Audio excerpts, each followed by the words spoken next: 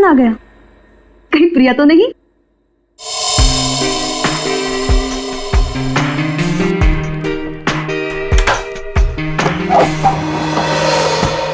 Hello madam, mister Gautam का नाम का कुरियर है। मुझे दे दीजिए। नहीं, आप उन्हें ही बुला दीजिए।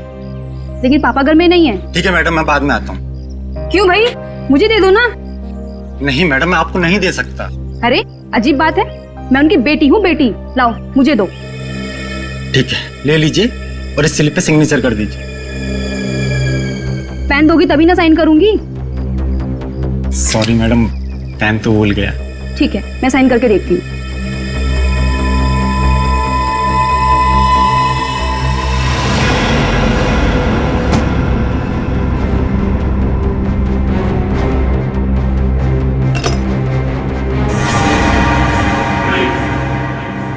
तुम यहाँ क्या कर रहे हो? अरे आप नहीं तो कहा था अंदर आ जाओ। ये क्या बदतमीजी है? बदतमीजी तो अभी हमने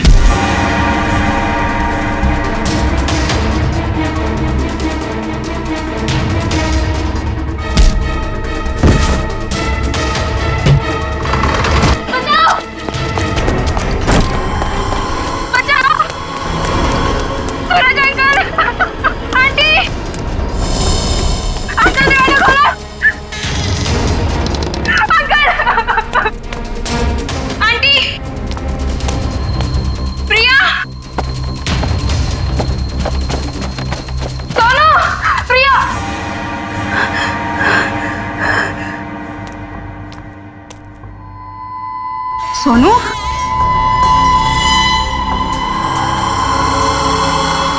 सोनू,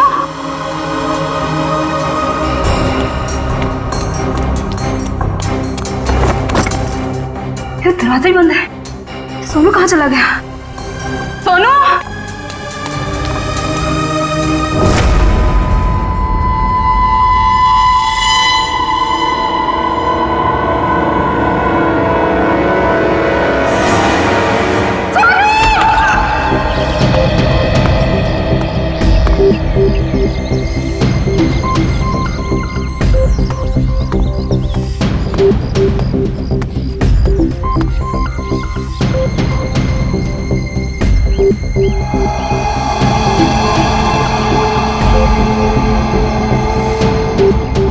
मोनिका सही कह रही थी, ये खूनी है। सर, पर ये कमरा 8 साल के सोनू का है और ये उंगलियों के निशान देख के लगता है कि ये किसी बड़े आदमी के हाथ। हाँ, कमरा किसी बच्चे का है। बच्चा कहाँ चला गया? पड़ोसियों से पूछते हैं। अच्छा, आप में से किसी ने सूरज को अपने परिवार के साथ कहीं जाते हुए देखा? नहीं साहब। सर, कल रात को सूरज और उसकी पत्नी रीना को घर से बाहर जाते हुए मैंने देखा था। कहाँ जा रहे थे वो? सर वो तो पता नहीं, लेकिन दोनों बच्चे घर में ही थे। बच्चे साथ में नहीं गए? नहीं सर, जब वो बाहर जा रहे थे तो दोनों बच्चे उन्हें खिड़की से बाय बाय कर रहे थे। सर, हाँ? सोनू और प्रिया के माँ बाप का फोन नहीं लग रहा है। एक काम करो, इन दोनों के कॉल डिटेल्स निकालो। सर, आपने कहा कि बच्चे घर में ही थे, मगर कमरे में तो बच्चे थे ही नहीं। मोनिका, जी सर। इस प्रिया का नंबर है ना तुम्हारे पास? जी सर। नंबर देना। 110458750।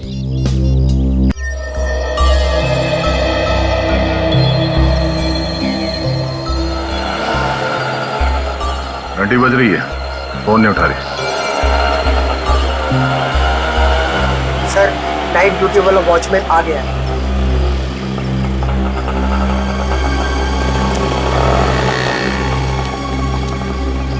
सलाम साहब। सलाम। कल रात को तुमने सूरज और रीना को बाहर जाते हुए देखा था? जी साहब। और उस वक्त दोनों बच्चे घर में ही थे? जी साहब, घर में ही थे। ये दोनों वापस कब आए?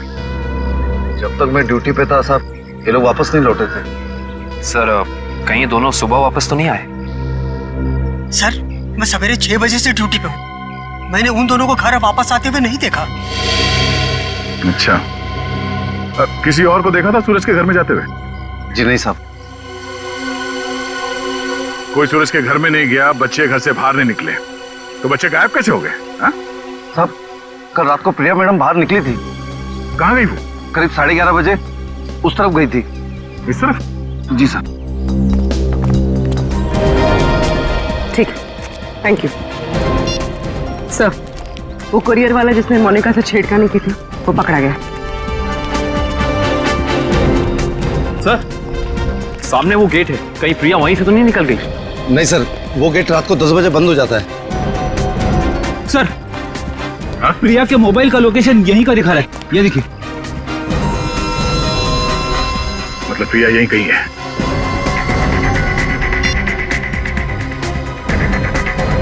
घंटी बज रही है। सर आवाज तो नहीं आ रही। सर हो सकता है प्रिया का फोन साइलेंट पे हो। एक काम करो, देखो जरा आसपास ढूंढो।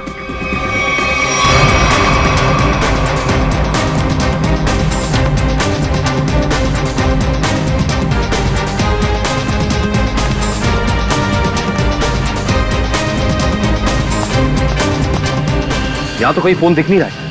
अगर फोन की रिंग सुनाई देती तो 1 सेकंड में ढूंढ लेता मैं। रिंग सुनाई देती तो कोई भी ढूंढ लेता। कहीं फोन किसी गाड़ी में तो नहीं है? जितनी गाड़ियां हैं उन सबकी चाबियां चाहिए हमें। जल्दी गाड़ी चेक करनी है। लाइए चाबियां दीजिए जल्दी प्लीज।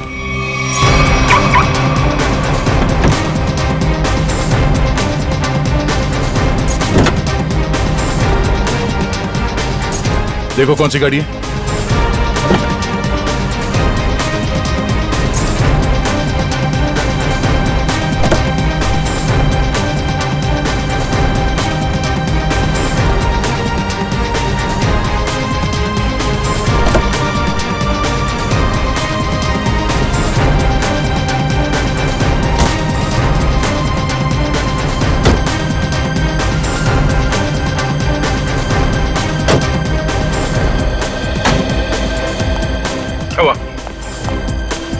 सर सारी गाड़ियां साफ, कुछ भी नहीं।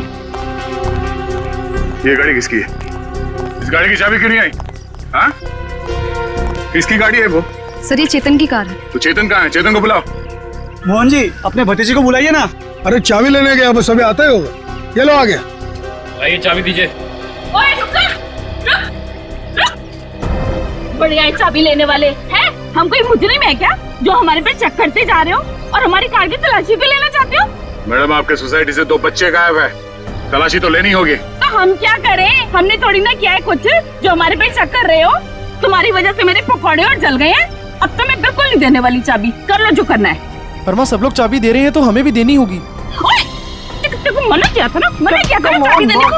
Relax mom relax.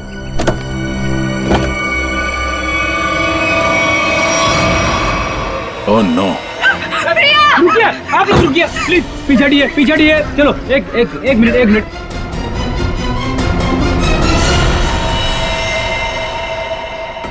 सब मर चुके। इसी के दुपट्टे से गला घोट के मारा है इसे।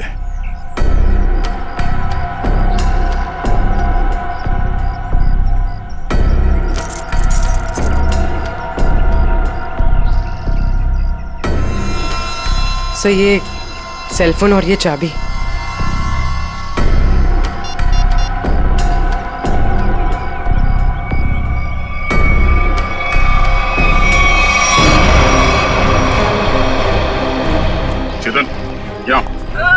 चेतन क्या? छोड़ दो इसे। क्यों मारा प्रिया? बोल क्यों मारा उसे? सर मैंने नहीं मारा सर। सर नहीं किया इसने। सर वो किसी दुश्मन का काम होगा, ये नहीं कर सकता सर। ये देखिए मैम, 11:15 बजे आपके बेटे चेतन ने प्रिया को फोन करके बुलाया, फिर उसे मार के उसकी लाश को अपनी गाड़ी के डिक्की में छुपा दिया। ये तो छोटे से कॉकरोच को भी नहीं मार सकता और किसी का खून करना तो बहुत दूर की बात है। सर हम पर दया करो सर। आपका नाम तो दया है ना, हम पर दया करो। आपके छोटे भाई जैसा है। मुजरिम किसी का भाई नहीं होता। चलो ले जाओ उसे। चल।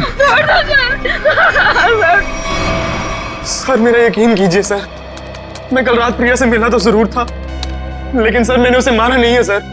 मैंने उसे नहीं मारा। कल रात 11:30 बजे मिले थे तुम मुझसे, क्यों मिले थे? सर क्यों मिले थे? सर मैं अक्सर उसे फोन करके परेशान किया करता था। अच्छा। और सर कल रात भी मैंने उसे फोन किया और सर वो गुस्से में आकर सर वो मेरे घर आ गई। फिर? और सर उसने मुझे आकर बहुत चिल्लाया और सर धमकी देने लगी कि अगर मैंने उसे आइंदा फोन किया तो सर वो मेरी माँ से शिकायत करेगी। ऐसा काम करोगे तो होगा ही ना ये। फिर क्या हुआ? सर मैं उसे समझा बुझाकर बाहर ले आया और सर फिर वो अपने घर चली गई। झूठ बोल रहे हो तुम, झूठ बोल रहे हो। वो वापस नहीं गई, तुमने मार डाला उसे गला दबा के और उसकी लाश को ठिकाने लगाने के लिए डिक्की में रख दिया। लेकिन सुबह हंगामा हो गया और हम लोग आ गए और तुम पकड़े गए, समझे? नहीं सर, मैं प्यार करता था सर उससे। सर मैं क्यों मारूंगा उसे सर, क्यों मारूंगा उसे सर, क्यों? चेतन, ओ चेतन, अरे माँ की ममता से बड़ी कोई चीज होती है क्या जो मेरी आंखों के सामने मेरे बच्चे को उठा ले? चेतन, अरे रुको रुको रुको, ममता वाली माता रुको, ऐसे धड़धड़ाते हुए कहाँ जा रही है? चुप रहो जी, माँ की ममता के आगे बाहर नहीं टिक सकता। तुम लोग क्या चीजों? चेतन मेरा बच्चा, चेतन क्या हाल है? देख 2 घंटे में तेरी क्या हालत हो गई है, सूख गया है मेरा बच्चा। ठीक तो है ना तू? नहीं माँ मैं बिल्कुल ठीक हूँ। चुप कर, हाँ ठीक है तू? क्या हालत कर दी है तुम लोगों ने मेरे बच्चे की? तुम लोग क्या समझो माँ के दिल की तकलीफ को? ये तो माँ ही है जो बच्चे की शक्ल देख के उसके दिल की हालत जान लेती है। मुझे पता है तू 2 घंटे से भूखा है। अरे नहीं माँ, मुझे बिल्कुल भूख नहीं है। मैं अपने हाथ से खाना बनाकर लाई और तू कह रहा तुझे भूख नहीं है? जल्दी खा पकोड़ा। देख कम लोगों को नसीब होता है माँ के हाथ का खाना, समझ आई ना? चावल खाएगा? चावल भी लाई हूँ। नहीं माँ बस। ठीक है, जब भूख लगे ना दोबारा खा लेना। अच्छा खाना पीना हो गया तो काम की बात करें। और पूछो जी जो पूछना है। खा तो मेरा बेटा रहा था, मैं थोड़ी ना खा रही थी। आपके बेटे की कार की डिक्की में लाश मिली है, लाश, समझिए आप। और लॉक के साथ कोई छेड़खानी नहीं की गई है। इसका मतलब उसे ओरिजिनल चाबी से खोला गया है। और जैसा कि अभी अभी आपके बेटे ने बताया कि कार की चाबी इसके अलावा और किसी के पास नहीं होती थी। और अगर किसी और ने खोला है तो उसने डुप्लीकेट चाबी का इस्तेमाल किया है। और दूसरी चाबी तो मेरे पास है जी, घर में रखी है कबर्ड में। आपके पास है डुप्लीकेट चाबी? और क्या? बेटी जरा इनके घर जाओ और वो डुप्लीकेट चाबी लेके आओ। मैं सर? हाँ हाँ चलो, साथ में अपने हाथ के पकौड़े भी खिलाऊंगी चाबी के साथ साथ। अरे सर मुझे क्यों फंसा रहे हो? पता नहीं ये क्या करेगी मेरे साथ। खुसुर बुसुर क्या कर रहे हो? चलना तो चलो, नहीं तो अपने घर बैठो। मैं चली। हाँ चलो। सर सूरज और रीना के सेलफोन की लोकेशन वाशी हाईवे क्रॉस करने के बाद स्विच ऑफ बता रहा है। अच्छा, रहते अंधेरी में और वाशी की तरफ घूम रहे हैं। एग्जैक्टली। तो सूरज और रीना ने अपने बच्चों को घर पे छोड़ दिया। बेटी मारी गई और 8 साल का बेटा गायब है। ये दोनों जा कहाँ रहे? एक काम करते हैं, इस हाईवे पे जितने भी टोल नाका हैं, वाशी, पनवेल, लोनावाला, सबकी फुटेज मंगाते हैं। पता चल जाएगा कहाँ जा रहे हैं। ठीक है, थैंक यू सर। सूरज के फोन रिकॉर्ड से पता किया है कि 8 से 9 के बीच में उसे बार बार एक नंबर से फोन आ रहा था। किसका नंबर है वो? सर किसी तरुण नाम के आदमी का है। तरुण? चलो इस तरुण से मिलते हैं। जी तरुण? जी हाँ, लेकिन आप लोग? हम लोग सीआईडी से हैं। ओ सीआईडी, आइए प्लीज अंदर आइए। आइए बढ़िया है सर। सूरज और रीना कहाँ है? सर अपने घर पर होंगे वो लोग? नहीं है, इसीलिए आपसे पूछ रहे हैं कहाँ है दोनों। क्या सर, कल मेरे यहाँ एक छोटी सी पार्टी थी, एक छोटा सा गेट टुगेदर, और वो दोनों लोग आए थे यहाँ पे। सूरज के कॉल रिकॉर्ड से पता चला है कि कल रात आपने कई बार फोन पे बात की थी उससे। हाँ सर, वो लोग आने के लिए मना कर रहे थे, इसलिए मैं बार बार उन्हें फोन करके कन्विंस कर रहा था। अच्छा ये बताइए कि वो दोनों रात में यहाँ से निकले कितने बजे थे? यही कोई 1:30 बजे। लेकिन तरुण जी, वो दोनों अभी तक घर नहीं पहुंचे हैं। क्या? तरुण जी, कल रात आपके पार्टी में जितने भी मेहमान आए थे उन सब की डिटेल चाहिए हमें, और सूरज के बारे में कोई जानकारी मिले तो हमें इन्फॉर्म जरूर करना।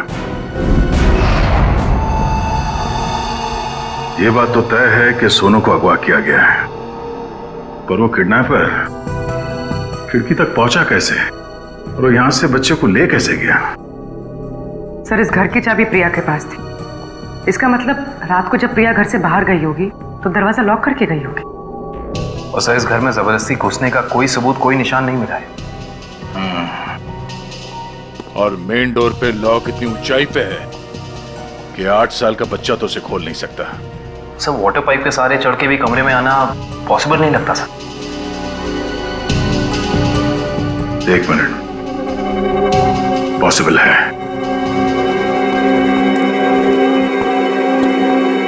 ये देखो, जब से सीढ़ी को देखा है मेरे दिमाग की घंटी बज रही थी। इतने बड़े घर में इस तरह की सीढ़ी क्या कर रही है?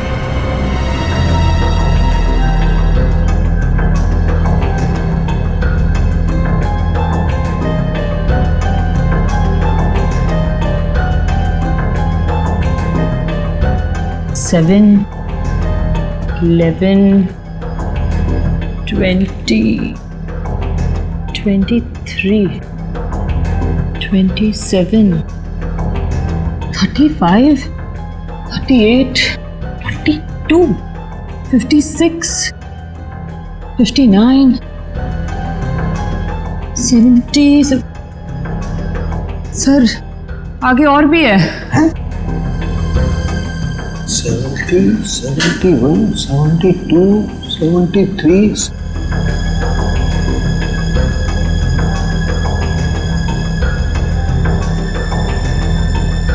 इतने सारे कोने?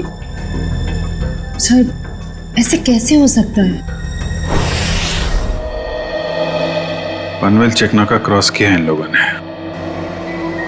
जा कहां रहे हैं? अजीब माँ बाप है सर, अपने बच्चों की फिक्र ही नहीं। पनवेल के आगे अगला चेकनाका लोनावाला। दुष्यंत को फोन करो, लोनावाला की फुटेज मंगाओ जरा। आइए।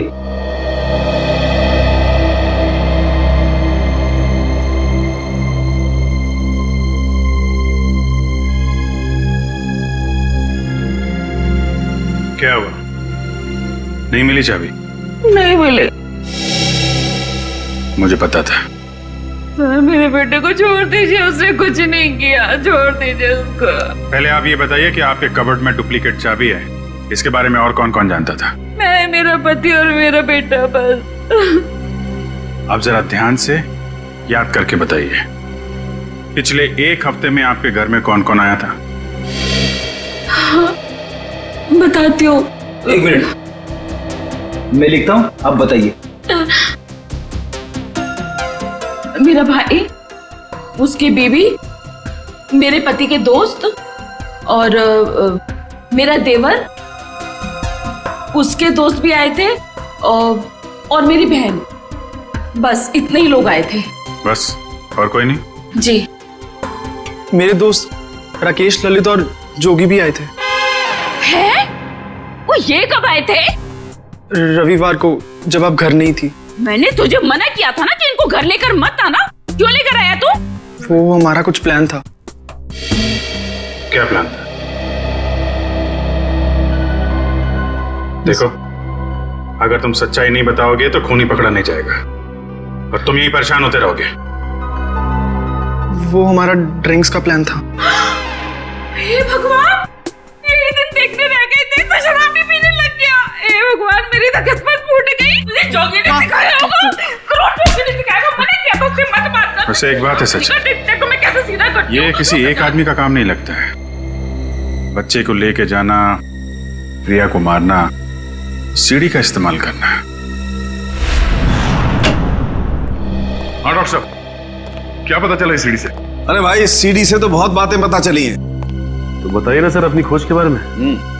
इस सीढ़ी पे से हमें 80 लोगों की उंगलियों के निशान मिले। उंगलियों के निशान चाहे 80 लोगों के मिले होंगे, लेकिन इस सीढ़ी पर से चढ़ के सिर्फ 2 ही लोग गए। डॉक्टर साहब, ये बात सीढ़ी को फॉरेंसिक में लाने से पहले हमें पता था। यार दया, तुमसे उम्मीद नहीं थी यार। अरे यार, पहले मेरी पूरी बात सुन लो, समझ लो, उसके बाद अपना कमेंट करना, ओके? तुम्हें सिर्फ ये बात पता है ना कि इस सीढ़ी पर से 2 आदमी गए, ये तो पता नहीं है कि वो दो आदमी सीढ़ी पर से उतरे नहीं। मैं बताता हूं, देखो, जब दो आदमी सीढ़ी पर से चढ़ेंगे तो ऐसे सीढ़ी को पकड़ करके ऊपर चढ़ेंगे। दो अलग अलग लोगों की उंगलियों के निशान उस सीढ़ी पे फ्रीक्वेंट इंटरवल में आएंगे, जो कि हमें इस सीढ़ी पर से मिले। लेकिन वही लोग जब उतरेंगे तब भी तो इस सीढ़ी को ऐसे पकड़ करके उतरेंगे ना, तो उतरने के भी निशान आने चाहिए। वो उतरने के निशान हमें नहीं मिले। इसलिए मैं कहता हूं कि सीढ़ी पर से दो आदमी चढ़े तो हैं लेकिन उतरे नहीं।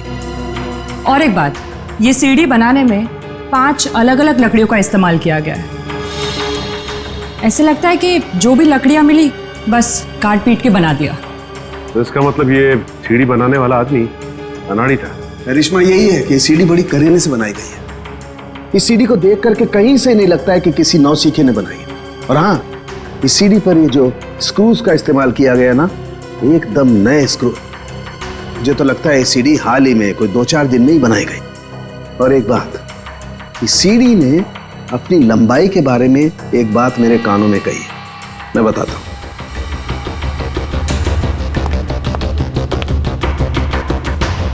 इस सीढ़ी की लंबाई खास है 11 foot 7 inch. Exactly 11 foot 7 inch.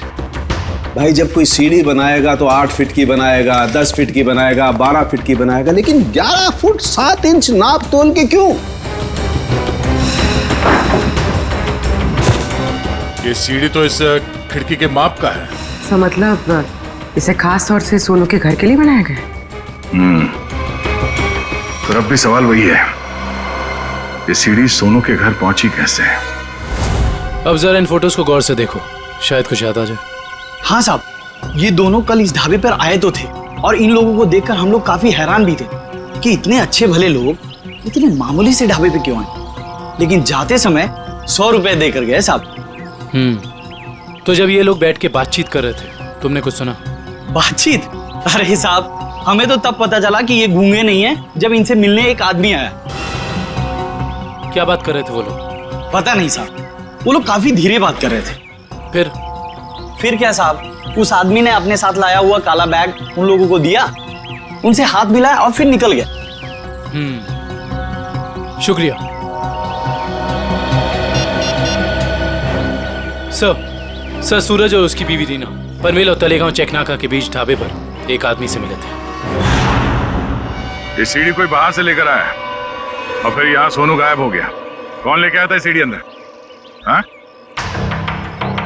नहीं सर, ये सीढ़ी मेरी ड्यूटी में नहीं आई है, इसके ड्यूटी में आई होगी। तेरा दिमाग खराब हो गया क्या? कुछ भी बोलते रहता है। नहीं साहब, ये सीढ़ी रात में यहाँ पे कौन लाएगा? मेरे सामने भी ये सीढ़ी नहीं आई। तुम दोनों जरा सोच समझ के जवाब देना। यहाँ सोसाइटी में जो कुछ भी होता है उसके जिम्मेदार तुम दोनों भी हो। मुझे नहीं मालूम, मैंने नहीं देखा बोल के बच नहीं सकते तुम लोग। इतना बड़ा हादसा हो गया और तुम दोनों को कुछ पता ही नहीं चला? नहीं साहब, हम लोग तो 7 साल से दोनों यहाँ पर काम कर रहे हैं, कभी ऐसी लापरवाही नहीं हुई। ये सीढ़ी ना ही दिन में आई है और ना ही रात में आई है। ये सीढ़ी या तो किसी गाड़ी की छत पर आई है या किसी टेम्पो में। सर, सोसाइटी में कोई भी सामान या फर्नीचर बाहर से अंदर आता है, हम लोग उसकी एंट्री कर लेते हैं। ये सीढ़ी बाहर से अंदर नहीं आई है। अगर ये सीढ़ी बाहर से नहीं आई है तो ये सीढ़ी सोसाइटी के अंदर ही कहीं बनी है। सोसाइटी में कहीं कारपेंटरी का काम चल रहा है क्या? हाँ सर, वहाँ जगन साहब क्या? जगन साहब?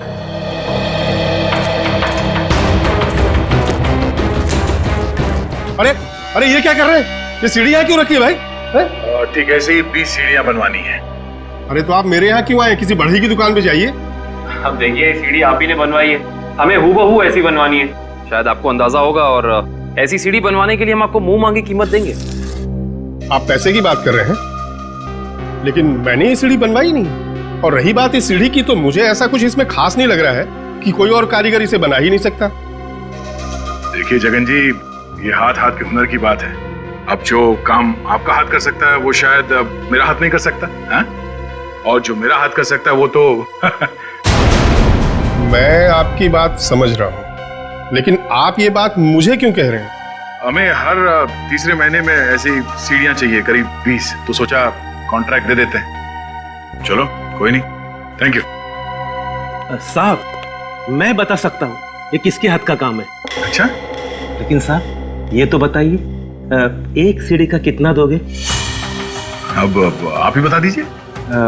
क्या है, वो बहुत बिजी कारीगर है, कम से कम एक सीढ़ी का 2000 लेगा। और लकड़ी आपकी? हाँ, दिया। एक मिनट, ये लीजिए उसका पता। शाम को मिलना, एडवांस भी दे दीजिए। मैंने ही बनाई है ये सीढ़ी एक आदमी के लिए, सिर्फ एक रात में, 2 घंटे में। जगन की कुछ लकड़ी गायब करके जगन सेठ को पता नहीं चलना चाहिए। आप शाम को अकेले में मिलिए और एडवांस दे दीजिए, काम शुरू कर दूंगा। एडवांस चाहिए? चलेगा।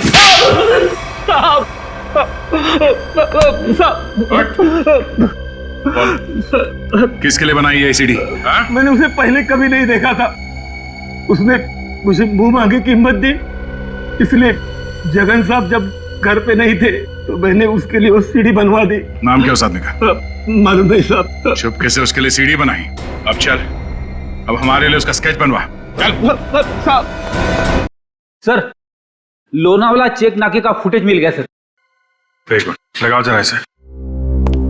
कमाल है, एक इनकम टैक्स ऑफिसर जिसकी बेटी का खून हो गया है, बेटा किडनैप हो गया है, और ये मियां बीवी पता नहीं कहां घूम रहे हैं।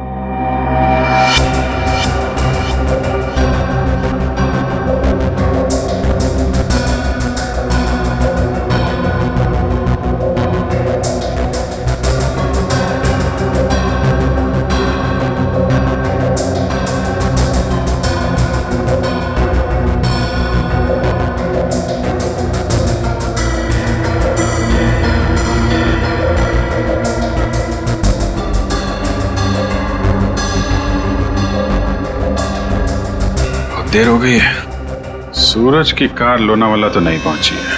फिर इसका मतलब अभी भी वो लोग पनवेल और लोनावाला के बीच में है। पेड़ी, दुष्यंत को फोन करो। लोनावाला और पनवेल के बीच में जितने भी होटल हैं, ढाबे हैं, सब जगह पूछताछ करें। किसी ने तो देखा होगा गाड़ी को। Yes sir. श्रेया, जरा फिर से चेक करते हैं। वाशी टोल नाका चेक करो।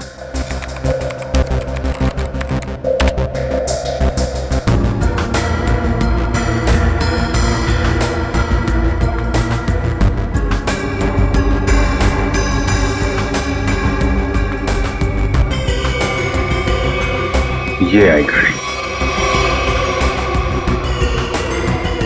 2:40 को वाशी से निकली है। पनवेल का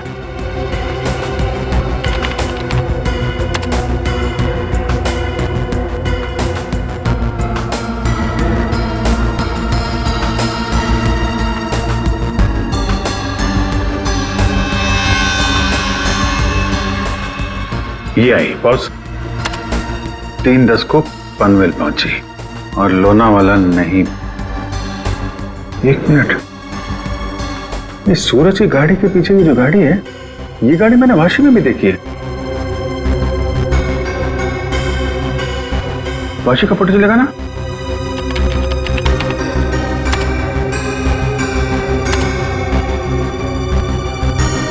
ये देखो, ये गाड़ी वाशी में भी सूरज के पीछे, पनवेल में भी गाड़ी सूरज के पीछे, और लोनावाला के फुटेज चेक करो। ये गाड़ी वहां से निकली है कि नहीं?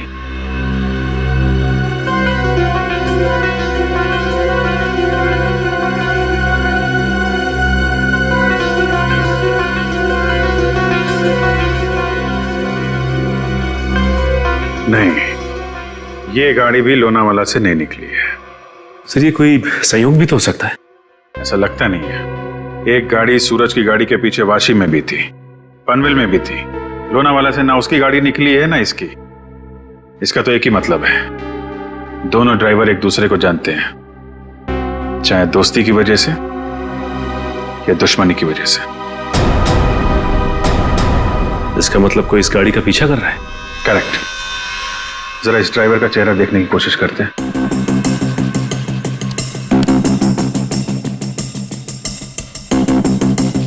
जूम करो इस पे। ये तो वही आदमी है ना जिसका स्केच हीरो ने बनवाया था।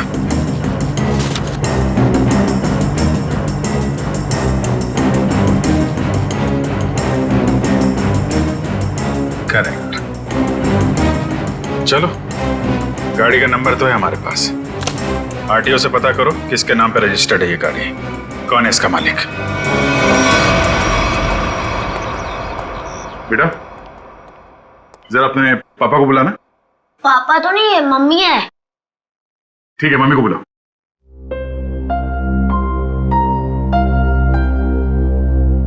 वैसे आप लोग कौन है? बेटा, हम लोग सीआईडी से हैं। सीआईडी? क्या सीआईडी? क्या हुआ इसके पापा को? बेटा, आप अंदर जाओ।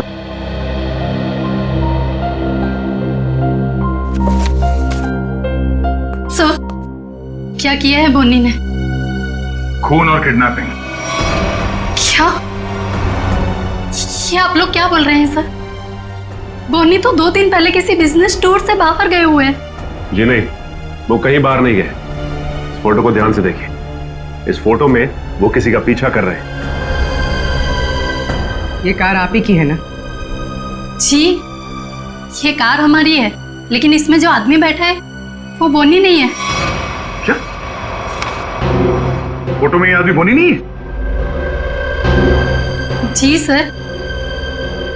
बिट्टू, पापा की फोटो लेकर आना। अच्छा, जरा इस बोनी का फोन नंबर देना। जी, 37568853। सर, कल रात से मैं भी बोनी का फोन ट्राई कर रही हूँ, पर स्विच ऑफ दिखा रहा है। हाँ सर, फोन बंद है। मम्मी, पापा का फोटो। सर, ये है बोनी। अगर ये बोनी है तो फिर ये कार में कौन बैठा है? आंखें तो दोनों की एक ही दिख रही हैं।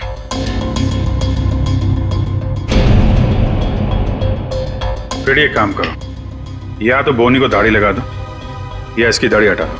दाढ़ी लगाने में बहुत टाइम जाएगा सर, हजामत कर देता हूँ इसकी बिना पानी के। हाँ,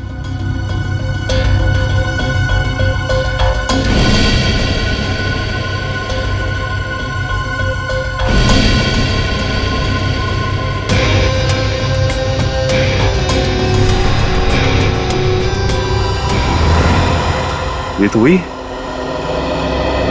अरे सर, हिम्मत तो देखो इसकी। चेतन की गाड़ी में प्रिया की लाश रख दी, ऊपर से दाढ़ी मूछ बढ़ा के घूम रहा है। जरा बुला के लाओ उन लोगों को। पहचानते हो कौन है ये दोनों आदमी?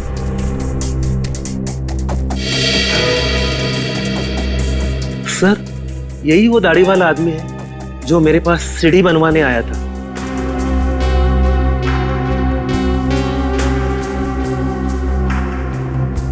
मगर ये बिना दाढ़ी वाले आदमी को मैं नहीं जानता। चेतन, तुम जानते हो? देखिए सर, मैं इन दोनों में से किसी को भी नहीं पहचानता। कविता जी, आप? कविता जी, आप चुप मत रहिए। आपके बेटे पे प्रिया के खून का इल्जाम है और आपका बयान शायद उसकी जिंदगी बचा ले। ये दोनों फोटो बोनी की है। बोनी? माँ, ये बोनी कौन है? तेरे चाचा का दोस्त। मना किया था तेरे पापा को कि इसको घर में लेके मत आया करो, गंदा आदमी है। बस आएगा जरूर हमें एक ना एक दिन। हुआ ना वही, बस आ दिया। मेरे घर में कोई सुने तब ना। ठीक है, रेडी? अब क्या करेंगे बताओ, क्या करेंगे किसी को जाके? सर, एक बात तो तय है कि इन सबके पीछे बोनी है। बोनी तो है सचिन, लेकिन एक आदमी और है। हेलो? क्या? सूरज भाग गया? कैसे? तुम बच्चे और रीना पर नजर रखो, मैं आ रहा हूं। ठीक है। मछली जाल में फंस गई सर, निकलने ही वाला है।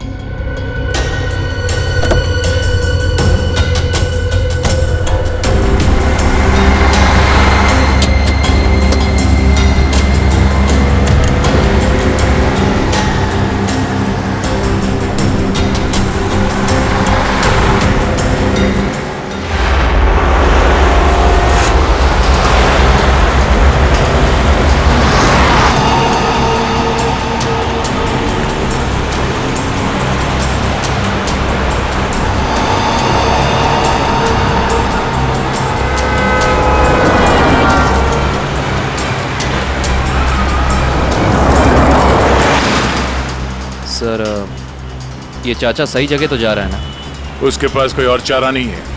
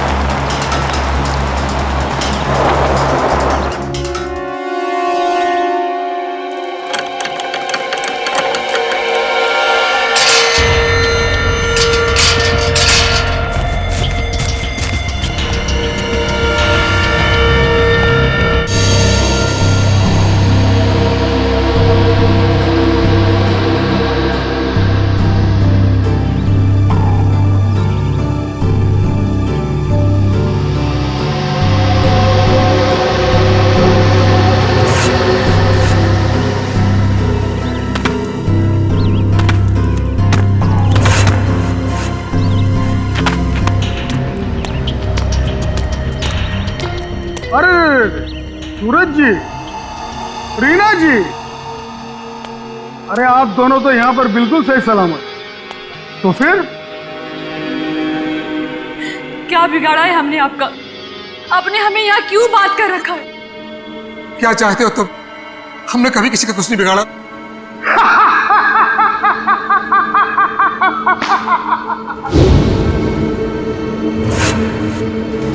तकलीफ देने वालों को तकलीफ मिलनी चाहिए।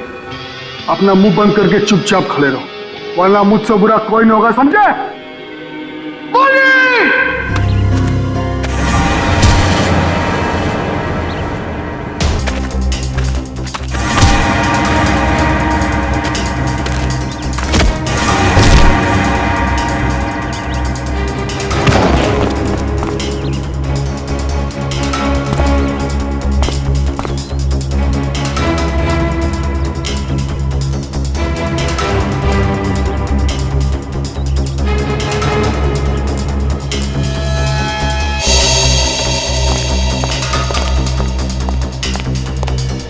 मोहन जी, जी आप यहाँ? मानी जब ये दोनों यहाँ बंधे हुए हैं तो फिर तूने मुझे फोन करके ये क्यों कहा कि सूरज भाग गया? अरे मैं आपको फोन क्यों करूंगा?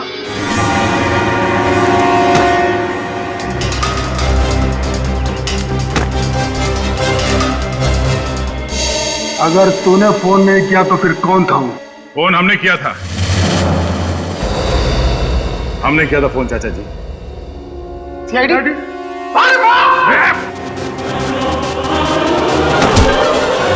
कहाँ भाग रहे हो? हाँ? यहां से सीधे ससुराल जाना है तुम्हें।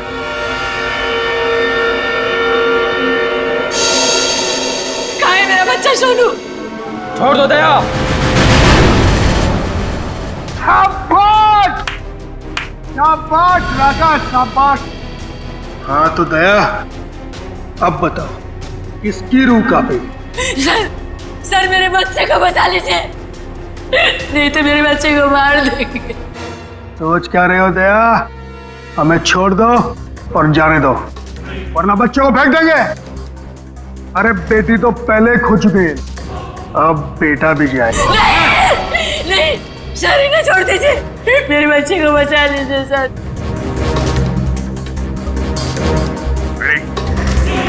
इन दोनों को हथकड़ी लगाओ। अरे सर, सर आप क्या बोल रहे हैं? नहीं सर हमारा बच्चा। नहीं सर, आप इनको छोड़ दो सर, मैं आपके हाथ जोड़ता हूँ, छोड़ दो इनको सर।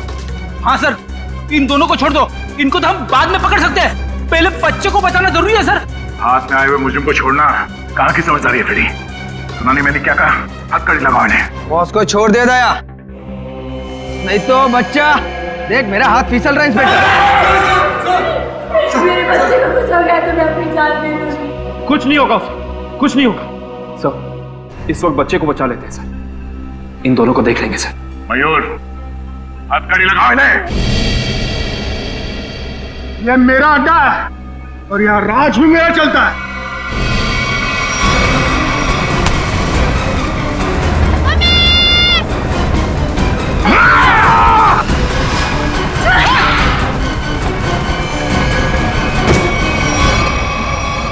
बेटा तुम ठीक हो? संभालिए इसे। चलो चल जल्दी भाग, चल जल्दी जल्दी।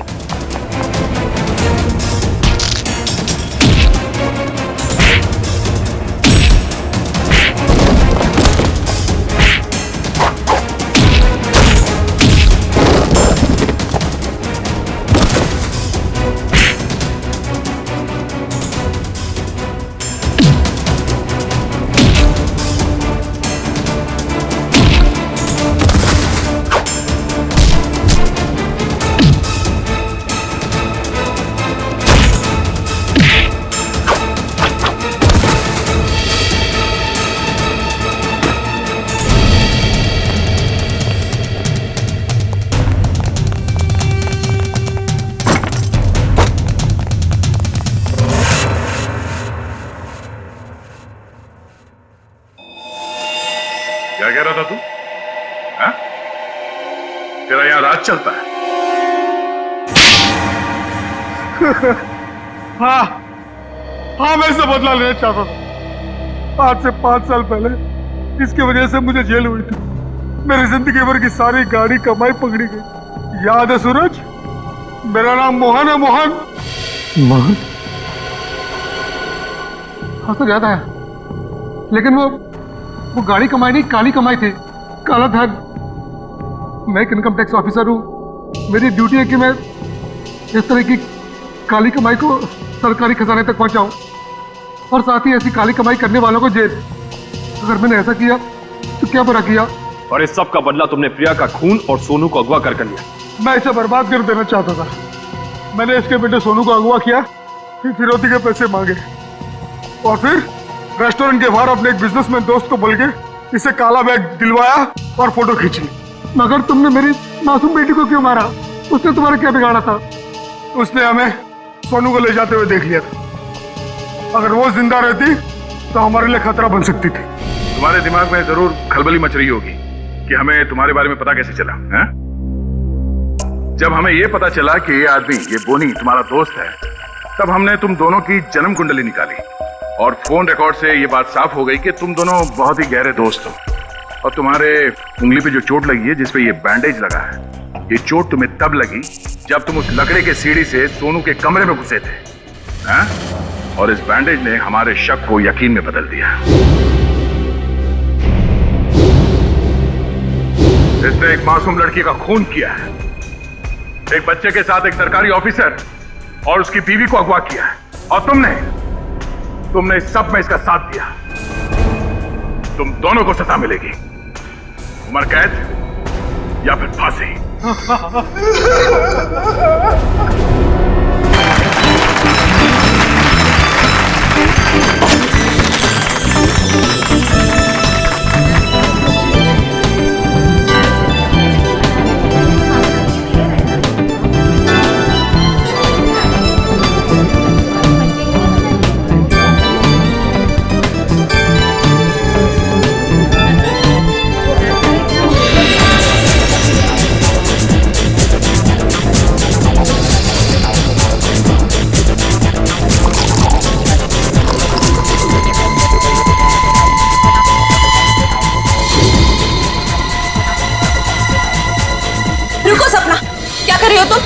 कुछ नहीं, सासू माँ को जूस दे रही हूँ। जूस दे रही हो या जहर दे रही हो? बेटा, ये तुम कैसी बातें कर रही हो? मम्मी जी, आप इसी से पूछिए, इसने अभी अभी आपके जूस में क्या मिलाया है? सपना, बताओ तुमने अभी अभी जूस में जहर मिलाया है ना? मैंने इनके जूस में दवाई मिलाई है ब्लड प्रेशर की। लो, फिर से हमारा फैमिली ड्रामा शुरू हो गया। अच्छा, ब्लड प्रेशर की दवाई? तो फिर पी के दिखाओ इस जूस को। मैं क्यों पीऊं? भाभी, आप ये कैसी बात कर रही हैं? आप हमेशा सपना के पीछे हाथ में क्यों पड़ी रहती हैं? प्लीज एक सेकंड। सपना, क्या तुम्हें मम्मी जी ने कहा था जूस में दवाई मिलाने को? नहीं। तो फिर क्यों मिलाई जूस में दवाई? एक मिनट मैं 2 मिनट का बाथरूम चला गया, आप लोगों ने वर्ल्ड वॉर 3 शुरू कर दी। मैंने ही इससे कहा था जूस में दवाई मिलाने के लिए।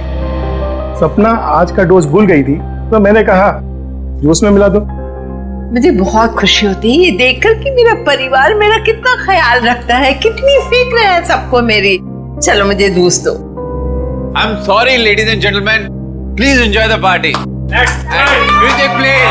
Louder. Come on.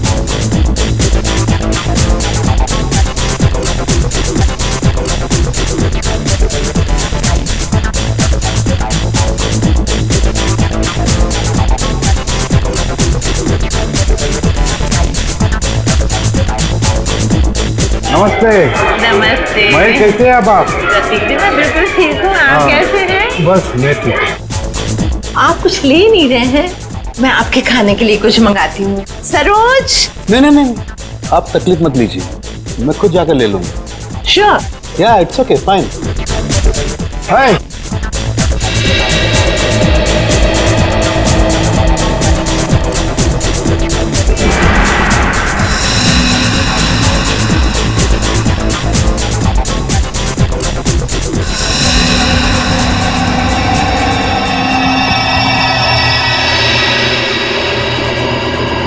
आनंद।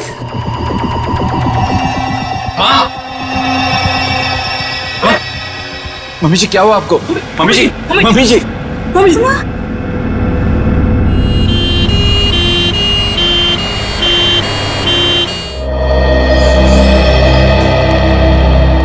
आइए सर, नमस्ते। मेरा नाम अहम है सर, मैंने आप लोगों को फोन किया था। अच्छा, अब कैसी है तुम्हारी मम्मी? डॉक्टर से इलाज कर रहे हैं सर, पता नहीं क्या होगा। घबराओ नहीं, सब ठीक हो जाएगा। जिस किसी ने मेरी माँ को मारने की कोशिश की है ना, उसको आप छोड़ना मत। एक बात बताओ अहम, क्या तुम्हें किसी पर शक है? मेरा मतलब है, कौन कर सकता है ये तुम्हारी मम्मी के साथ? मुझे तो सभी पर शक है सर। अहम, कौन है ये लोग? CID। CID? पर किसने बुलाया इन्हें? मैंने बुलाया। क्यों? आप? जी मैं विकास, अहम का बड़ा भाई। क्योंकि आप में से किसी ने ही मम्मी की जान लेने की कोशिश की है। What nonsense! तुम अपने घर वालों पर शक कर रहे हो? आप घबरा क्यों रहे भैया? कहीं आपको ये तो डर नहीं कि सपना भाभी की पोल खुल जाएगी? सर, पार्टी में मैं बताता हूँ क्या हुआ।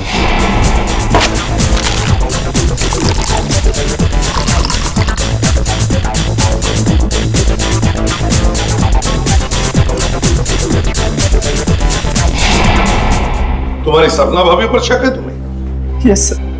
सपना कहाँ है? सपना हॉस्पिटल नहीं आई, वो घर पर ही है। वैसे आप कौन है? जी मैं काव्या। हमारी भाभी है सर। सर, अहम बच्चा है, ये आप लोगों को बहका रहा है सर। विकास जी, हम CID वालों को कोई बहका नहीं सकता, समझे? कहाँ है आपकी मम्मी? मम्मी ऊपर ICU वार्ड में है।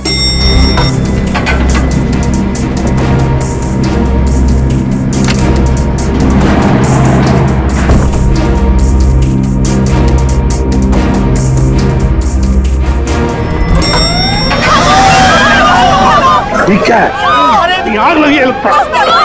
तो लोगों को बाहर निकल, जल्दी जल्दी आइए, इधर नहीं, इधर आइए प्लीज, आप लोग इधर आइए। जल्दी चलो, चलिए फ्लोर का, जल्दी आइए। नहीं आप लोग इधर से आप लोग इधर से जल्दी चलो, चलिए फ्लोर खाली है, चलिए जल्दी आइए। नहीं आप लोग जाइए, सीढ़ियों से जाइए, जाइए।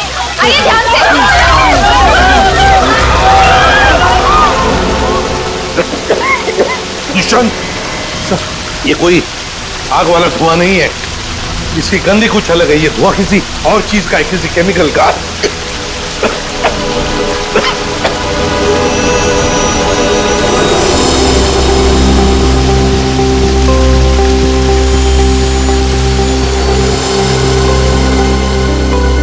सर, हाँ?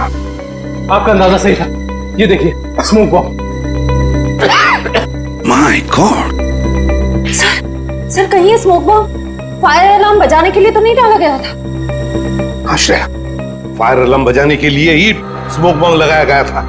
मालिनी का कमरा ढूंढो जल्दी।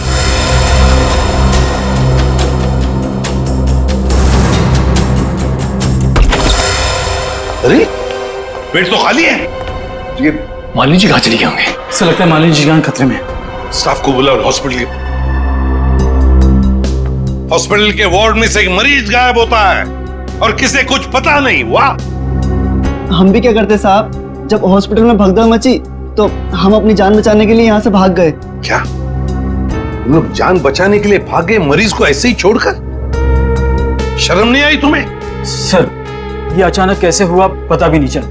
हम मालिनी जी के परिवार वालों को बताने ही वाले थे कि उनकी मौत हो गई है। पर क्या उनकी मौत हो चुकी है? जी सर, इसका मतलब किसी ने मालिनी जी की लाश को गायब किया है। और सर, ये काम किसी हॉस्पिटल के बाहर वाले का नहीं हो सकता। सर, आपसे एक रिक्वेस्ट है, ये बात आप अपने तक ही रखिएगा। अगर मीडिया वालों को मालूम पड़ा तो हमारी इज्जत और हॉस्पिटल की इज्जत मिट्टी में मिल जाएगी। सर चुप रहिए प्लीज सर, प्लीज चुप रहिए प्लीज। लाश गायब हुई है हॉस्पिटल से और आपको अपनी और इस हॉस्पिटल की इज्जत की पड़ी है। हाँ, एक बात ध्यान से सुन लो, तुम्हारे इस हॉस्पिटल का एक एक दरवाजा, एक एक खिड़की अभी इसी वक्त बंद चाहिए। मुझे एक चिड़िया तक बाहर नहीं जानी चाहिए, समझे? जी सर। सुना तुमने? जी। गो इमीडिएट। दुष्यंत, हॉस्पिटल का कोना कोना छान मारो, कहीं तो छुपा के रखी होगी मालिनी की लाश को, कहीं तो। हाँ।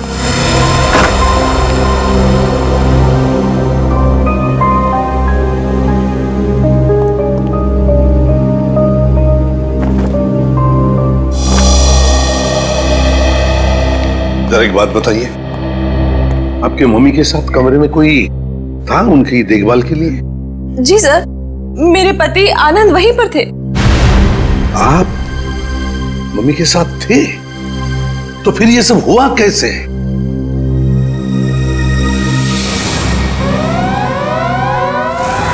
जैसे ही फायर अलार्म बजा तो मैं वार्डरूम के बाहर आया, ये देखने के लिए कि क्या मच रहा है। हर तरफ धुआं ही धुआं था। लोग पागलों की तरह यहां वहां भाग रहे थे। धक्का मुक्की में कुछ लोग मुझे मम्मी जी के वार्डरूम से बहुत दूर ले गए। जाकर भी मैं वार्डरूम तक नहीं पहुंच पा रहा था। किसी तरह जब मैं मम्मी जी के वार्डरूम में पहुंचा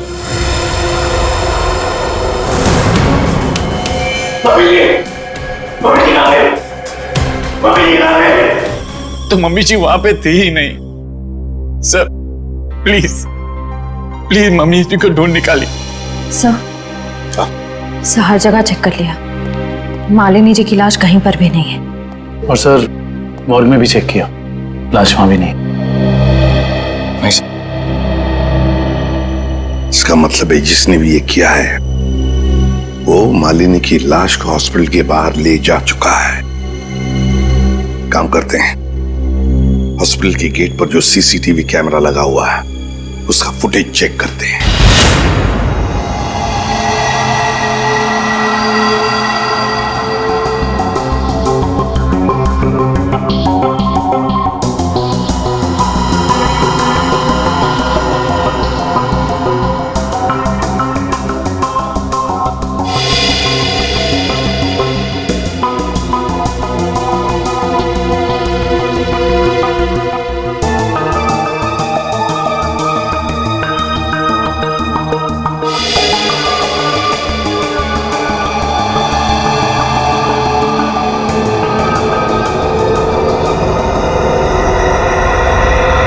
ये देखो, एक झटके में गाड़ी रिवर्स हो गई और हॉस्पिटल के बाहर भी निकल गई। जरूर मुजरिम मालिनी को इसी गाड़ी में लेकर गया होगा। एक मिनट जरा इस फुटेज को रिवाइंड कीजिए, हमें कार का नंबर चाहिए। पॉज करो, जूम इन करो। XYZ5139। सर आप सही कह रहे हैं, ये मुजरिम मालिनी जी को इसी गाड़ी में लेके गया होगा। निखिल, काम करो, कंट्रोल रूम में फोन करके इस गाड़ी का डिस्क्रिप्शन दे दो और उनसे कहो जहां पर भी ये गाड़ी देखे हमें इन्फॉर्म करें लोकेशन। और ये गाड़ी ये तो आग लग गई है।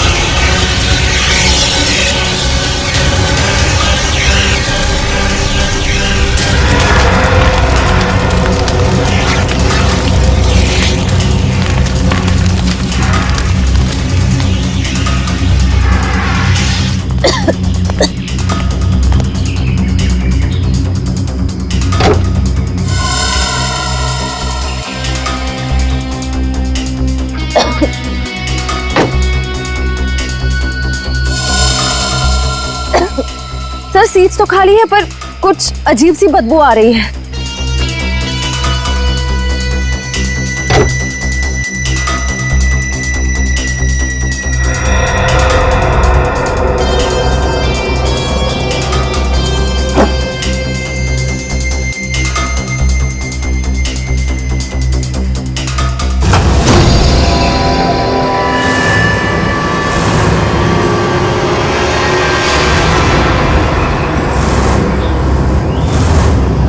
सर ये लाश तो जल चुकी है। शायद सबूत मिटाने के लिए उन्हीं ने मालिनी जी की लाश को जला दिया। आप इतने यकीन से कैसे कह सकते हैं कि ये लाश मेरी माँ की है? इसका चेहरा तो बुरी तरह जल चुका है। देखिए,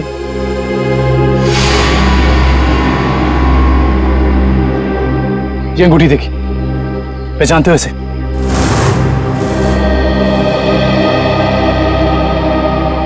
तो मेरी माँ की अंगूठी।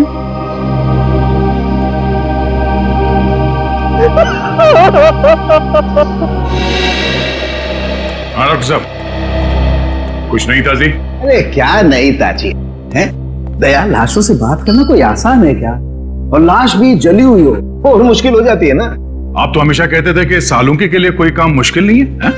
वो तो नहीं दया, खूनी ये सोचता था कि लाश को जला देगा तो हमारा इन्वेस्टिगेशन शुरू होने से पहले ही अटक जाएगा, हमारी नैया बीच भंवर में अटक जाएगी। तो इस अटकी हुई नाव को बाहर निकालिए ना सर। हैं? आप कुछ ना कुछ रास्ता तो निकाल ही लेंगे आप। आपको पता है फ्रेडी आपके बारे में क्या बता रहा था? फ्रेडी क्या कह रहा था मेरे बारे में? नहीं, ऐसा कुछ खास नहीं। वो कह रहा था कि डॉक्टर सालुंकी की उम्र हो गई। अब बहुत ज्ञान है आपको। हाँ देखो दया, जो लोग मेरे संन्यास लेने के बारे में सपने देख रहे हैं ना, उन्हें जाके बोल दो अपनी नींद से जाग जाए। मैं संन्यास नहीं लेने वाला हूँ ना, मैं तो इस केस को सॉल्व करने के बाद स्विट्जरलैंड जाने वाला हूँ। कहाँ जाने वाला हूँ? स्विट्जरलैंड। एग्जैक्टली। हम भी चलेंगे आपके साथ स्विट्जरलैंड, पर पहला कदम तो उठाइए इस केस को सुलझाने की ओर। पहला कदम तो उठ चुका है भाई। अच्छा, ये देखो, इस बॉडी जलने की वजह से हो गया है? जी नहीं, ये बॉडी को फिनाइल से धोने की वजह से हो गया। क्या इस लाश को फिनाइल से धोया गया? हाँ, खूनी ने लाश को अस्पताल से गायब करने से पहले उसको फिनाइल से अच्छी तरह से धोया ताकि लाश का केमिकल कंपोजिशन ही बदल जाए। खूनी ने हर कदम इसी मकसद से रखा है ताकि हमारे रास्ते में ज्यादा से ज्यादा कठिनाइयां आ सके। इस लाश को पहले फिनाइल से धोया और फिर इसे आग लगा दिया? जी हाँ, और सबसे पहले क्या जलाए? सबसे पहले जलाए बाल, क्योंकि बालों में सबसे ज्यादा और सबसे पहले असर होता है जहर का। सर, काव्या ने बताया था ना कि शायद जहर सपना ने दिया है मालिनी जी को। हाँ, इसीलिए तो जला दिए ना भैया, सबसे पहले बाल, क्योंकि जहर दिया था। मतलब ये सब सपना का ही काम है।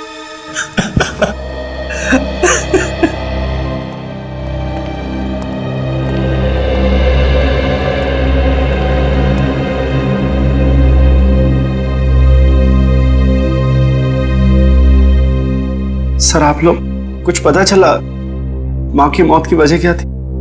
जी नहीं, मगर बहुत जल्द पता चल जाएगा। पता तो चल गया है ना सर, सपना ने ही जूस में जहर मिलाया था। बस कीजिए भाभी, इनफ। हर चीज की खाद होती है। डॉक्टर साहब, आप बताइए ना इन्हें। देखिए, मैं इनका फैमिली डॉक्टर हूँ। सपना ने जूस में ब्लड प्रेशर की दवाई मिलाई थी, जो मैंने ही उसे कहा था। ओह अच्छा। अच्छा, एक बात बताइए, क्या लगता है आप लोगों को कौन कर सकता है ये? कौन मार सकता है आपकी माता जी को? मैं कुछ कहना चाहूँ। आप? जी सर, ये हमारे परिवार के वकील हैं, मिस्टर संजीव। संजीव जी, कहिए संजीव जी, क्या कहना चाहते हैं आप? देखिए सर, मुझे शक तो नहीं है। हाँ, मगर पार्टी के बाद मालिनी जी मेरे साथ एक मीटिंग करना चाहती थी। मालिनी जी आपके साथ मीटिंग करने वाली थी? किस सिलसिले में? अपनी वसीयत बदलने के सिलसिले में। वसीयत बदलना चाहती थी? अच्छा। मीटिंग ही नहीं हो पाई क्योंकि अचानक इनकी तबीयत खराब हो गई। अच्छा संजीव जी, ये बताइए, अभी जो वसीयत है जो मालिनी जी बदलना चाहती थी, क्या है उस वसीयत में, कुछ बता सकते हैं आप? सर इस वक्त जो वसीयत है उसके हिसाब से आधी जायदाद मिस्टर आनंद के नाम पे है और बाकी बची हुई आधी जायदाद दोनों भाइयों के नाम पे है। वकील साहब ये बताइए कि ये जो नई वसीयत है वो क्या होने वाली थी? सर यही तो सब डिस्कस होना था, इससे ज्यादा मैं कुछ नहीं जानता। मालिनी जी की अचानक तबीयत बिगड़ गई और मीटिंग हो नहीं पाई। दुष्यंत, पता लगाना पड़ेगा मालिनी जी अगर वसीयत बदलती तो किसका फायदा होने वाला था और किसका नुकसान। अरे आओ आओ भैया, समझो केस सॉल्व हो गया। क्या बात है सर, लगता है लास्ट से कोई बड़ी जानकारी निकाल ली आपने। जी हाँ जनाब, पार्टी में मालिनी जी के कान से खून बह रहा था ना। हाँ, उसकी वजह पता चल गई आपको? जी हाँ, उसकी वजह थी दया साहब जहर जिसने ऑरल ट्रैक्ट को यानी कि कान के इस हिस्से को बिल्कुल तबाह कर दिया, बर्बाद कर दिया। देखो तो जहर की वजह से नस फट गई और कान से खून बहने लगा। और इतना ही नहीं, इनके खून में से हमें बहुत ज्यादा मात्रा में नाइट्रोजन के कंपाउंड्स भी मिले। और तो और इनकी किडनीज में से हमें बढ़ी हुई मात्रा में पोटेशियम और मैग्नीशियम मिला है। और ये सारी चीजें सिर्फ एक ही तरफ इशारा करती हैं, जहर। सर फिर तो हमें सपना को गिरफ्तार कर लेना चाहिए। नहीं, यहीं पर कहानी में जरा सा ट्विस्ट है।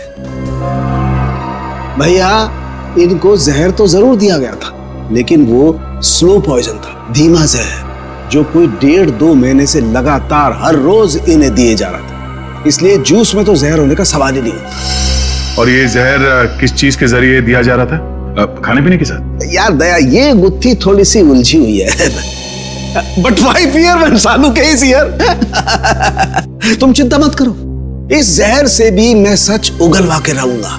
ठीक है सर, आप इस जहर से सच उगलवाइए, तब तक मालिनी के घर वालों से सच उगलवाते हैं।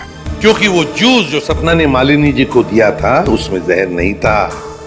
मालिनी जी की मौत स्लो पॉइजनिंग से हुई है। स्लो पॉइजनिंग, धीमी धीमे असर करने वाले जहर की वजह से, जो उन्हें 45 दिन तक रोज लगातार दिया गया था।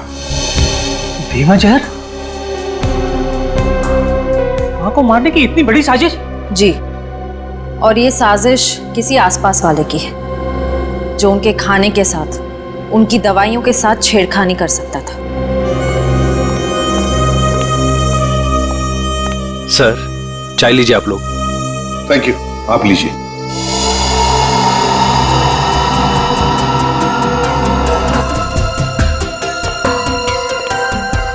एक मिनट, मैं पीऊंगा।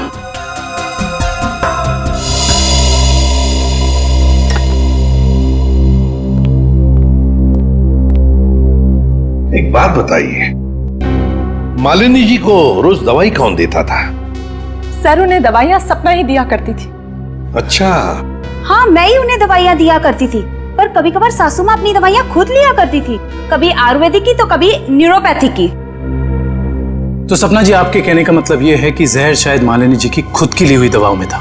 मैं नहीं जानती कि जहर किस चीज में था, मैं तो सिर्फ आपको उनकी आदतों के बारे में बता रही हूँ। चलो ठीक है, हमें वो दवाइयां देखनी है।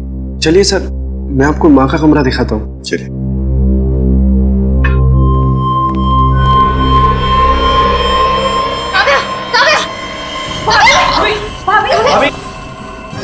भाभी क्या हुआ आपको? भाभी सांस लेने में दिक्कत हो रही। सुरेश पानी लाओ। अरे पानी लाओ। दुष्यंत, लता इनकी तबीयत बिगड़ती जा रही है, जल्दी से एम्बुलेंस बुला लो और हॉस्पिटल ले जाओ इसे। श्रेया तुम भी जाओ साथ में।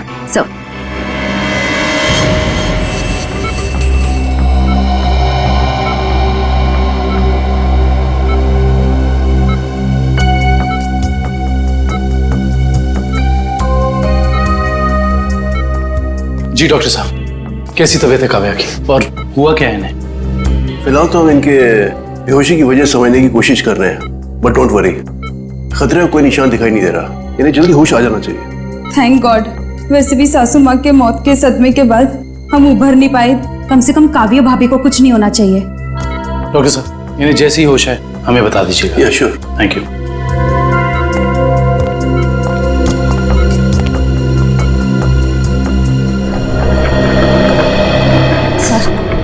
सर मुझे तो सपना पे शक हो रहा है।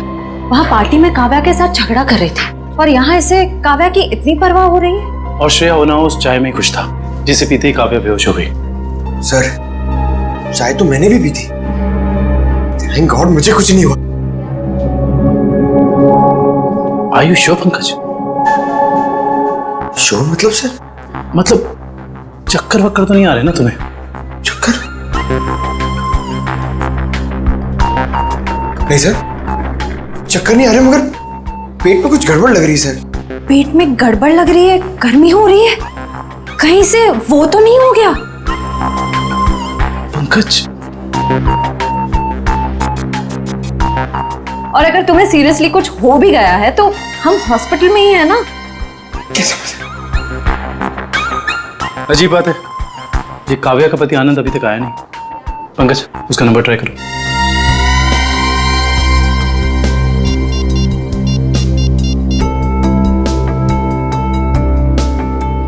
सर उसका फोन बंद आ रहा है। सर कहीं आनंद ने तो काव्या को चाय में जहर नहीं पिला दी?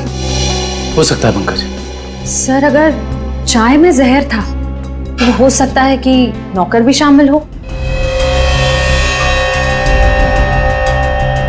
सर आदुष, क्या कहा डॉक्टर ने? क्या हुआ काव्या को? सर डॉक्टर के मुताबिक काव्या की चाय में जहर था और पंकज रिपोर्ट से ब्यूरो गया है।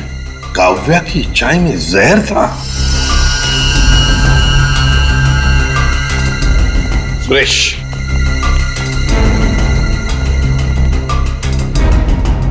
तो बताओ सुरेश, चाय में जहर कहां से आया?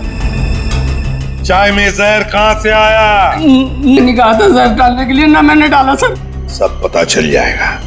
एक बात बताओ, जब तुम चाय लेकर आए थे तो चाय कहीं पर रख दी थी और कुछ दूसरे काम के लिए गए थे? हाँ साहब, याद आया। मैं सुबह जब चाय लेकर आ रहा था तो आनंद साहब ने मुझे कुछ खाने के लिए लेकर आने को कहा। अरे सुरेश, सिर्फ चाय? कुछ नाश्ता भी ले जाओ। कल रात से किसी ने कुछ भी नहीं खाया। जाओ। जी साहब।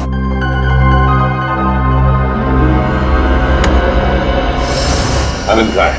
सर ये अपने रूम में सो रहे हैं।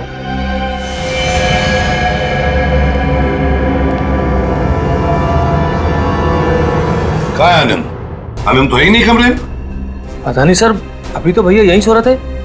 फोन करके बुलाओ।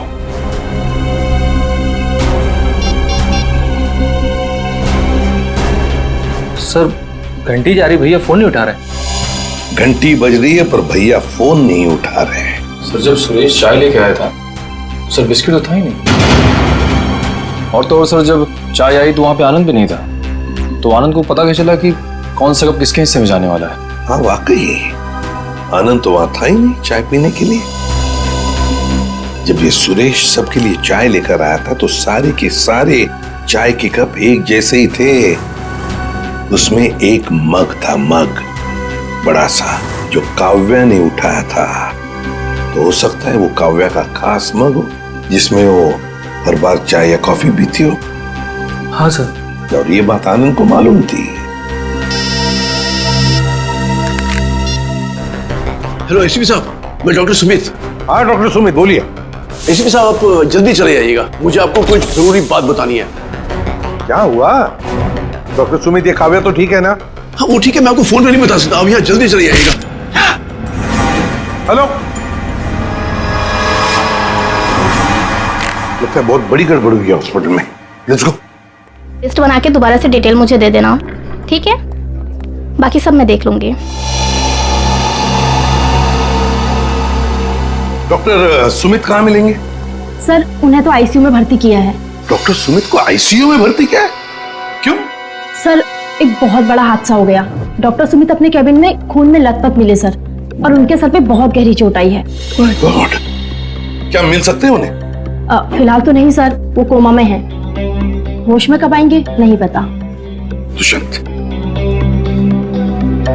जरूर ये वही मुजरिम है जो ये सब कर रहा है। वो अभी भी हॉस्पिटल में ही है, पहले मालिनी के साथ और अब डॉक्टर सुमित के साथ।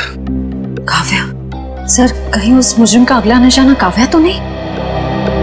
काव्या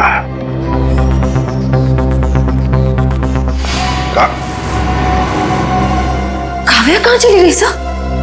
कहीं काव्या को भी तो गायब नहीं किया उसने? श्रेया, ये जो भी कोई है, अगर इसने काव्या को भी गायब किया तो वो हॉस्पिटल के मेन गेट से ही बाहर जा सकता है। और सर, शायद डॉक्टर सुमित को भी उस खूनी के बारे में पता चल गया होगा, इसलिए उन पर भी हमला हुआ।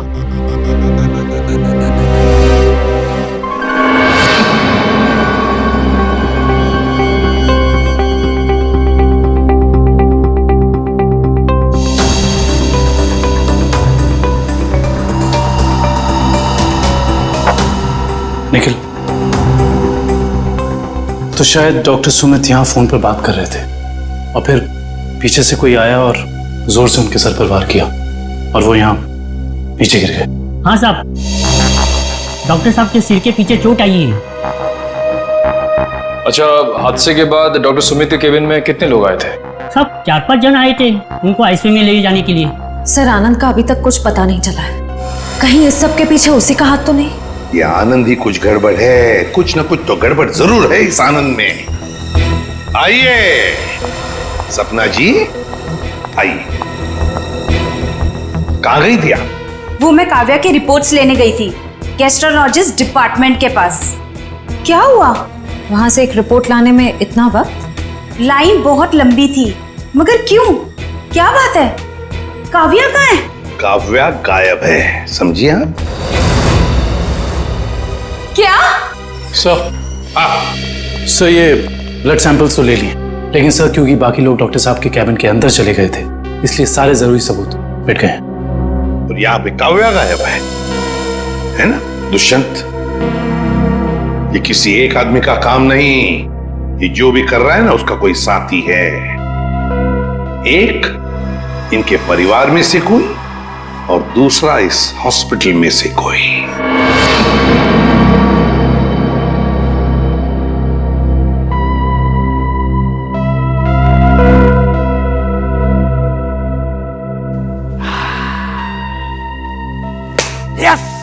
Yes, eureka! डॉक्टर साहब, क्या हुआ? ये फॉरेंसिक लैब में जश्न का माहौल? अरे हाँ भैया, जश्न का माहौल तो होगा ही। स्विट्जरलैंड की हसीन वादियां पुकार पुकार के कह रही हैं, सालुखे आजा रे तू आजा, तेरा इंतजार है। मतलब आपको पता चल गया कि वो लाश के अंदर जहर कहां से गया? जहर बॉडी में आया था दांत से। दांतों से जहर? हाँ सचिन, मालिनी ने 2 महीने पहले ही अपने दांतों का रूट कैनल करवाया था और इस ऑपरेशन के दौरान उसके दांतों में जो मर्क्यूरी का इस्तेमाल किया गया था वो मात्रा में बहुत ज्यादा थी। मर्क्यूरी अपने आप में ही एक जहर है ना डॉक्टर साहब? बिल्कुल। और जब जब मालिनी जी खाना खाती थी, खाने को अपने दांतों से चबाती थी, तब तब दांतों में छुपा हुआ वो मर्क्यूरी खाने में मिक्स हो जाता था और पेट में चला जाता था और पेट से फिर पूरे खून में मिक्स हो जाता था। यही है वो स्लो पॉइजन जिससे वो बेचारी बेमौत मारी गई। सर, हो सकता है कि डेंटिस्ट ने सब जानबूझ के ना किया, गलती हो गई उससे, मे बी मेडिकल नेग्लिजेंस। नहीं सचिन, ये मौत एक हादसा होता तो लाश को जलाया नहीं जाता। जिस किसी डेंटिस्ट ने भी ये किया है, जानबूझ के किया है। वकील साहब, जैसा कि आप जानते हैं कि हमारी माँ अपनी वसीयत बदलवाना चाहती थी। जी हाँ, मगर वो ऐसा कर नहीं सकी। तो ऐसी स्थिति में क्या हमारा बंटवारा पुरानी वसीयत के हिसाब से होगा? दरअसल बात यह है कि मैं और आपकी माताजी। वकील साहब, डॉक्टर साहब आप भी? मैं तो सिर्फ ये पूछने आया था कि क्या आपकी माताजी ने कभी अपने दांतों का इलाज करवाया था 1.5-2 महीने पहले? नहीं सर, उन्होंने कभी मुझे तो नहीं, उन्होंने कभी हमें इस बारे में कुछ नहीं बताया। डॉक्टर साहब, आप तो फैमिली डॉक्टर हैं, आपको तो पता होगा। मुझे भी कभी उन्होंने इस बारे में कुछ नहीं कहा।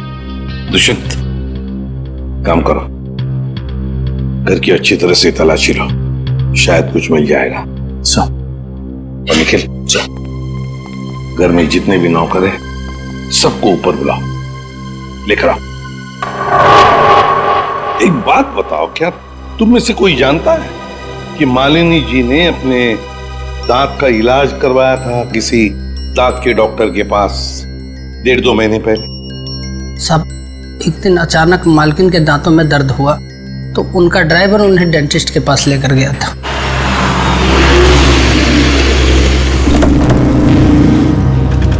सर यहीं पे छोड़ा था हमने उन्हें। उसके बाद किधर गई वो तो मालूम नहीं मुझे। ठीक है, आसपास जितने भी डेंटिस्ट है ना, सब चेक कर लेते हैं। तुम लोग उधर देखो।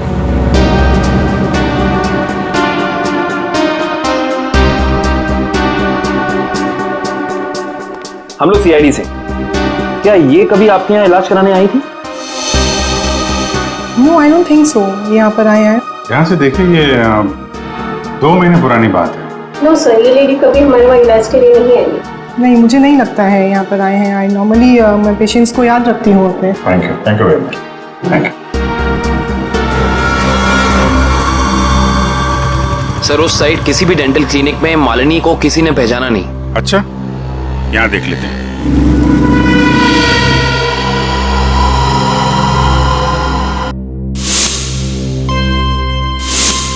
सीआईडी वाले आ गए। तुम्हें मालूम है ना तुम्हें क्या करना चाहिए?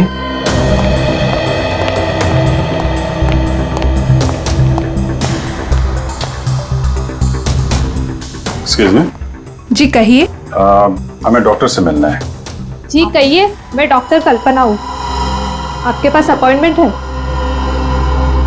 डॉक्टर हम सीआईडी से। इन्हें पहचानती हैं आप? इन्हें कभी देखा नहीं है। कौन है ये? इनका नाम मालिनी है और इनका खून हो गया है। क्या? खून? क्या हुआ? खून का नाम सुनते ही आपकी जबान लड़खड़ाने की लग गई? नहीं, यहाँ पहली बार सीआईडी आई है ना, तो मैं थोड़ी नर्वस हो गई। कोई बात नहीं, आप परेशान मत होइए। Thank you very much.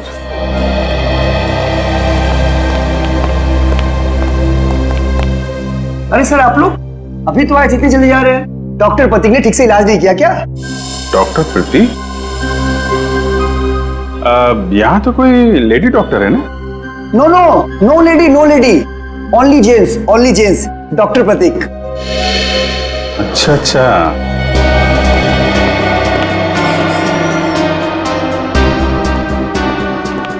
अरे सर, आप लोग फिर से आ गए? अरे वो क्या हुआ कि इनके दांत में दर्द होने लगा अचानक, तो वो जरा डॉक्टर से मिलना था। क्या नाम है उनका? डॉक्टर कल्पना। हाँ जी, 1 मिनट। हेलो।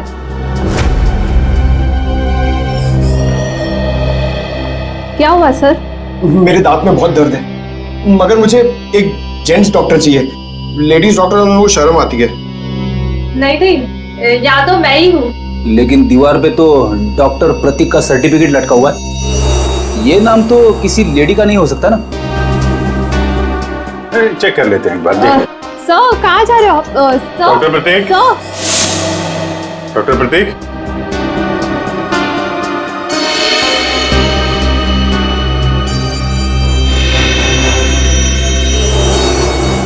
अरे डॉक्टर साहब, क्या कर रहे हैं?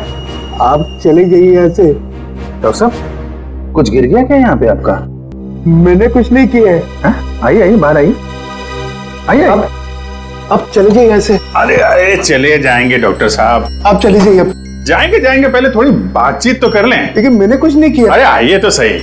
आइए। मैंने कुछ नहीं किया। हाँ। सर ये ऐसे नहीं मानेंगे।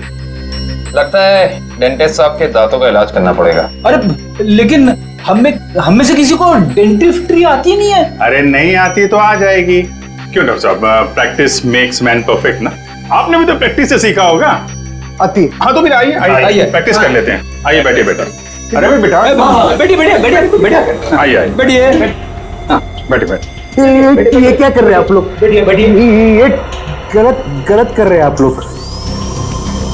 तुमने जो किया वो ठीक था क्या? मैंने गलत कुछ नहीं किया। गलत तो हम भी नहीं कर रहे डॉक्टर साहब। आप जल्दी से मुंह खोल दीजिए वरना बता। मालिनी का इलाज मैंने किया था। और इलाज के बहाने उसके दांतों में ज्यादा मरकुरी भी तुमने डाली थी। गलती हो गई। गलती नहीं है ये, गुनाह है। किसके कहने पे किया था? मुझे नहीं मालूम। पता नहीं, आनंद पैसे दिए थे मुझे इसलिए। कहाँ मिलेगा ये? भाई गोदाम।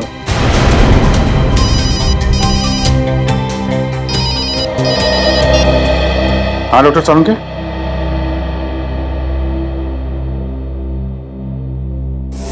क्या? आनंद रुक जा।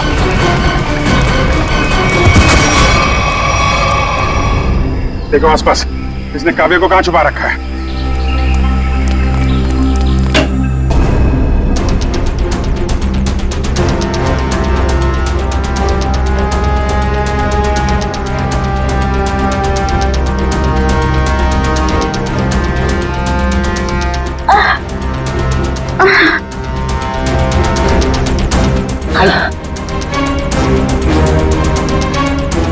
चलो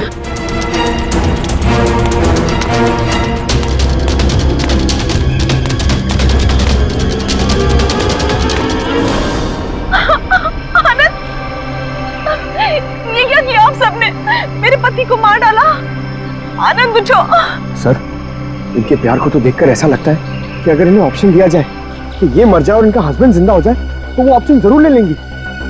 क्यों नहीं सर, ये तो एक भारतीय नारी का फर्ज है ना। पर अफसोस, मेरे पति खुद ही मुझे जिंदा नहीं देखना चाहते थे। ये तो भगवान का शुक्र है कि मेरी चाय में जहर थोड़ा कम था, वरना आज आपको यहाँ मेरी लाश मिलती। अभिजीत, काव्या की चाय में जो दवाई के ट्रेसेस मिले हैं उससे किसी की जान नहीं जा सकती। एक मिनट, आपको कैसे पता चला कि आपकी चाय में जहर कम था? वो सर, अभी आप ही ने तो कहा। अरे हमने कब कहा? हाँ याद आया, आनंद ने बताया था। हाँ? आनंद कैसे बताएगा? आनंद बेचारा तो खुद ये बात नहीं जानता था। ये बात जानती थी तो सिर्फ एक औरत, और वो औरत तुम हो काव्या। आनंद, तुम जिंदा हो। मेरे साथ इतना बड़ा धोखा। क्या करें, लोहे को लोहा काटता है, उसी तरह धोखेबाज का एक ही इलाज है, धोखा। जब डॉक्टर प्रतीक ने हमें बताया कि आनंद 22 गोदाम में मिलेगा,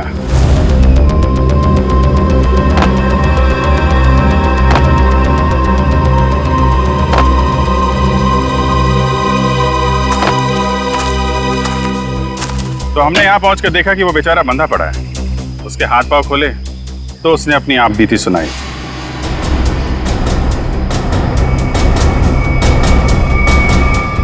किसने किया ये सब? है ये सब मेरी देवी काव्या ने किया है सर। हाँ, कहीं कहीं छुपी हुई है। बस फिर क्या, हमने आनंद के साथ एक छोटा सा खेल खेल लिया, तुम्हारा असली रंग सामने लाने के लिए। तो ये सब ड्रामा था, लेकिन असली ड्रामा तो अब शुरू होगा। पीछे मुड़ के देखो।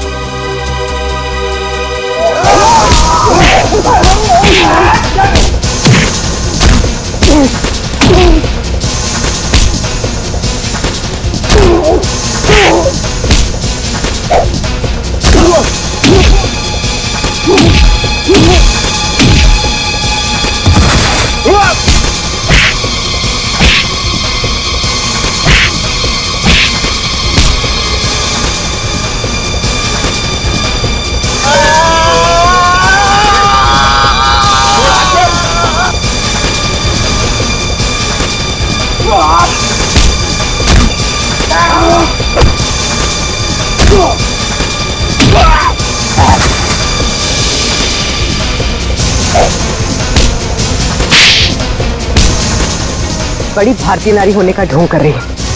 तुम जैसी नहीं होती भारतीय नारी।